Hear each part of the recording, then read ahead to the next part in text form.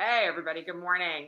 It's nice to see you all here. Happy Friday. It's Elizabeth Cornice McLaughlin. It's the 30th of August. And this, of course, as you all know, is Resistance Live.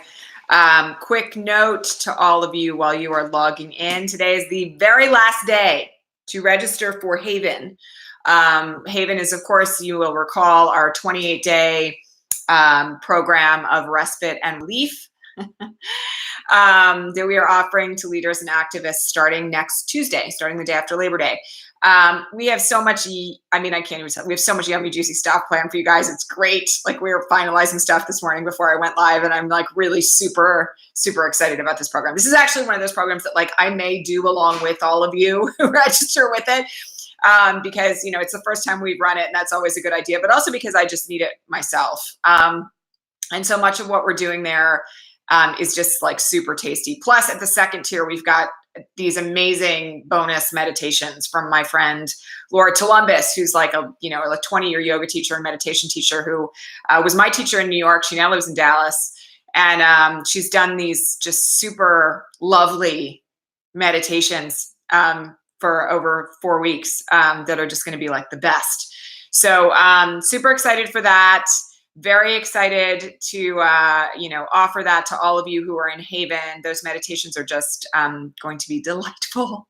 And if you want to get in, today's your last chance. We're closing registration at 9 p.m. Pacific tonight, so midnight on the East Coast. And you can sign up at GaiaLeadershipProject.com/Haven. I also want to mention this is the last program that we are running this year. We sort of made a decision, along the lines of what's happening with Haven, that we're gonna take between October and January off here, and not from the broadcast, don't worry, but from the programs that we offer as a part of our women's leadership work.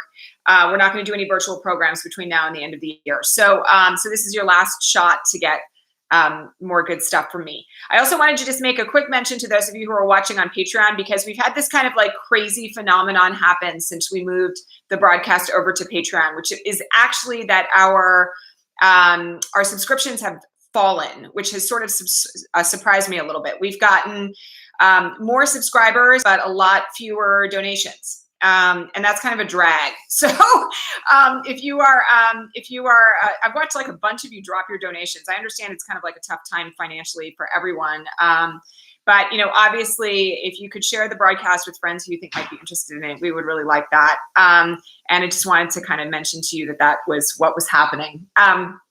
So we put it over here in the hopes that support our team. And, obviously we're committed to staying here, but it's been a little surprising.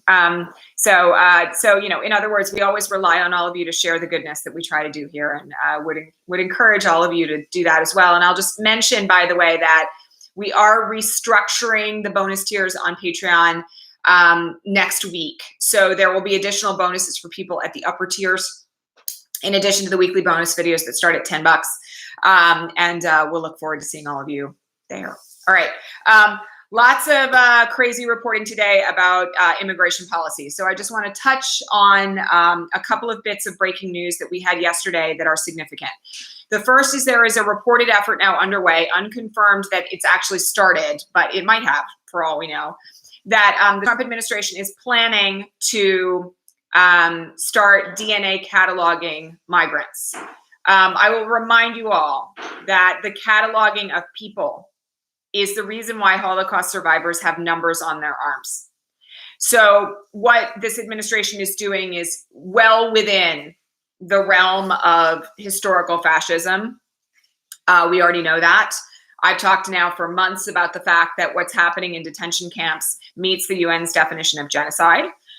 This is yet another step in that direction, and it should scare us all. It's also a violation of the universal right to privacy. There are various aspects of this that will doubtless be challenged under the Constitution. But nonetheless, it is something we should all, once again, be mentioning in our phone calls and in our activism.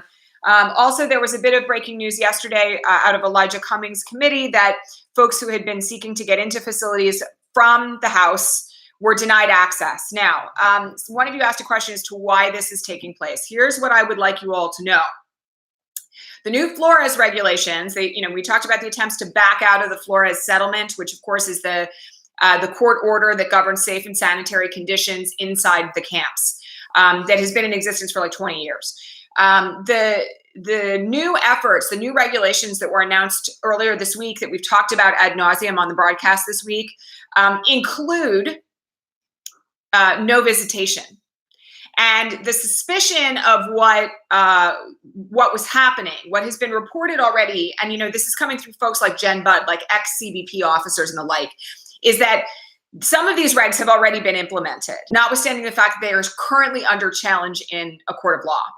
And I have heard reports of that, by the way, as well, that asylum claims are just wholesale being denied out of Boston, that there are visitations by others that have been denied. This is the latest version of that. And so from the standpoint of where we are right now, again, my biggest concern has been that even the stuff that's being challenged in a court of law at this point may be meaningless because this administration just simply doesn't respect it. I personally am very concerned at this point in time about the fact that it appears that the new Flores regulations were implemented before they were even submitted to the court. And this, by the way, is one example of that. So, we need to put our weight behind the lawyers who are currently litigating that. I am in touch with at least two of them. And I can tell you that they're fighting back like gangbusters, as they have all along. The problem now is that even if the judge says these regulations are unconstitutional or they're inhumane, or, of course we have to allow visitation so we can assure compliance with what you say you're doing, whether or not that is granted is anybody's guess. And we've talked a lot this week on the broadcast about the nature of the culture inside CBP and all the signs that we've had for months now, that culture is entirely deficient, cruel, racist, xenophobic. We don't have any reason to think that they're going to do the right thing here on any of this. And so, as far as all of this goes, the means to challenge it are legal, right? What's currently being contested in a court of law. It's legislative, right? And also in terms of oversight. And that's the reason why Elijah Cummings wrote the letter that we all saw reported last night on MSNBC. And also, oriented from the standpoint of sanctions, and this is the other thing that I think we just have to think about. At some point, the UN is going to get involved in this. And my bet is that an advocacy for sanctions on an international scale for these mass violations of human rights may be one of the tools that we've got to start really exploring from where we sit. And there are means, by the way, we've talked about this on the broadcast in the past, but I should just mention it here. There are means to request intervention by the UN. A reminder, the US has withdrawn from the United Nations Human Rights Commission, which is a problem. We never signed the Universal Declaration of Human Rights, which is a problem, but that doesn't mean the UN can't act on its own. And so, again, this is a point of advocacy that we all need to invoke. But the biggest problem right now is that absent a complete overhaul of Customs and Border Patrol and the exorcism of the president and Stephen Miller from the White House, the likelihood that this trajectory with regard to immigration policy and cruelty and human rights violations is going to continue is extremely high. I don't see any way that this ends until they're out of office. And so it's yet again another reason why it's incredibly important that we continue to push, not only in terms of impeachment, which of course we should be, but also organizing for 2020, which we've spent so much time talking about this week on the broadcast. The other issue that I just want to mention is that, this week has seen mass development on this issue of deporting people who are here for medical need. One of you asked a question this morning along the lines of Kamala Harris, who is currently advocating for one of the folks who is receiving medical treatment here to stay here instead of being deported. The only way that this happens on a mass scale, and I hate to say it in these terms, but it's legislative. Again, it's legislative. It's the president and Stephen Miller being removed, or it's a change in policy. And from where I sit, I don't know. I'll just tell you guys this as someone who has been involved in trying to do family reunification to the point that, I did advocacy work with folks like Joaquin Castro, where he was literally calling Customs and Border Patrol at facilities, trying to find a single child to reunite that child with that child's mother. I've had several instances of this right now where I've done direct work with members, with staff from the Hispanic Caucus to try to get people who are dying in Tijuana over the border when they are promised medical care in hospitals inside the United States for free. Doing this on a mass scale, in my opinion, is impossible unless there is overhaul at the top of the chain of command. Because what it has taken, I mean, at some point, somewhere in the future, I will tell the story of what it has taken in these instances. I've done a lot of this without any discussion of it publicly. What it has taken behind the scenes is painful. It's painful for a member of Congress to even get an answer about the location of a child when he has that child's A number. What CBP has done in terms of moving people under cover of darkness when they know that there's a single congressperson or a couple of congresspeople trying to locate that person or help that person is so foul and evil that I put nothing past these people anymore. And from the standpoint of where I sit, I just don't see a way. Like, we can fight for one person's life. We can fight for 5 people's lives. Are we going to change the policy wholesale of them deporting people in the middle of cancer treatments? I don't think so, because they've got the imprimatur of the executive branch working on their behalf. They have a culture that is profoundly racist, xenophobic, and fascist at this moment in time. And they've got every ability in the book to not comply with attempts to regulate or oversee what they're doing. And no one's seeking, by the way, to tell them they can't do that. So it is really disgusting. And, those of you who are commenting saying this is really sick are right. It's just profoundly foul. And it is all the more reason why our entire focus has to be, in whatever way we can, removing him from office. I mean, again, I feel like some days I just come on here and I repeat myself, and I'm sorry about that. But seriously, when you have the entire weight of the federal government behind deporting people who need medical care, there's no real way to stop it unless you change the leadership. Elections matter, but we know that already. All right. Trump's personal assistant quit yesterday, or was ousted, actually. The reporting on this is odd and weird. He's had this personal assistant who's been with him since the beginning. There have been, quote unquote, suspicions inside the family that she has not been loyal. Apparently, when he was doing a working vacation in New Jersey not all that long ago, she had some kind of meeting with a number of reporters. And that has been the thing that resulted literally yesterday in them saying, leave and don't come back. Now, the interesting thing about that from the standpoint of where this administration sits is not that it is, as we all know, a sign of the fact that you have to swear a blood oath of loyalty to this boy president or you don't get to stick around. It's actually whether or not she's going to talk about other things. Because if she's been already willing to leak to the media while in the office, what she has to say right now might be significant. So, I'm certain there are lots of reporters right now who are trying to track her down and speak to her. But from, the place of where it sits, it's yet another bizarre departure that can be grounded only in the fact that he only cares about whether or not people are going to feed his ego. All right. I want to draw your attention to a couple of ongoing opportunities to protest and support, because I know a lot of you are like, what else can we do for folks in detention? So there are ongoing efforts in El Paso under the hashtag El Paso Firm, FIRME, to do more, because there's already been some, more protests, vigils, and the like. I know there is one coming up, not next week. Well, it might actually be at the end of next week. There's another one coming up in El Paso. I believe it's September 9th, but you can go look it up. I have shared information about this as well. There's also ongoing fundraisers right now for Raices in various locations, including one that's upcoming in San Francisco, thanks to the person of you who shared that on our question feed this morning. So, you can find out those, the location of those, and obviously continue your ongoing support in that way. I will tell you that, again, the local efforts that we can make right now matter. And the more that I look toward 2020, the more I am focused on organizing at the local level, not just for Get Out the Vote, because it's really important, but for everything. The networks that we build at the local level, the networks that we have built at the local level as individuals, whether we've organized an event or we've started our own process toward canvassing or we've worked on behalf of a candidate. all of those networks are going to be really key heading into 2020. They're also really key for resistance.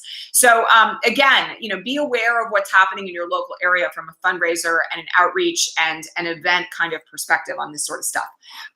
One of you is asking, and I'm just going to answer this question really quickly, are we too far gone to fix this when he's gone, meaning the state of detention facilities and immigration? No.